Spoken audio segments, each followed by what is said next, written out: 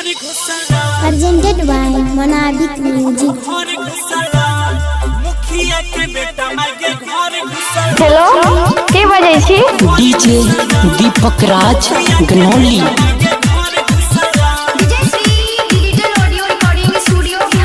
Singing by Gaurav Thakur। चोली जरल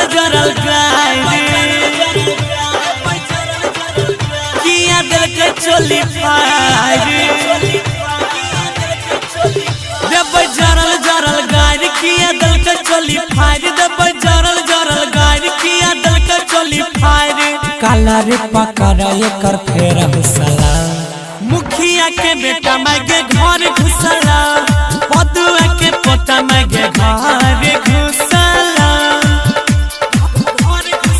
Singing by Gaurav Thakur। DJ Deepak Raj Ganauli.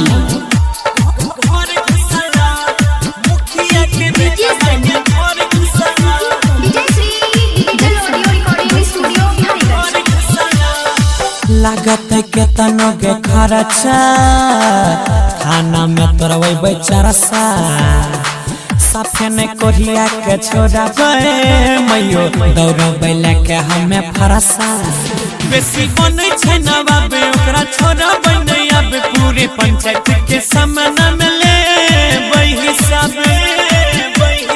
हल्ला गुल्ला देखिए के लोग जुटला मुखिया के बेटा मागे घर घुसला पदुआ के पोता हमर घर घुसला। Singing by Gaurav Thakur। मुखिया के बेटा मागे घर घुसला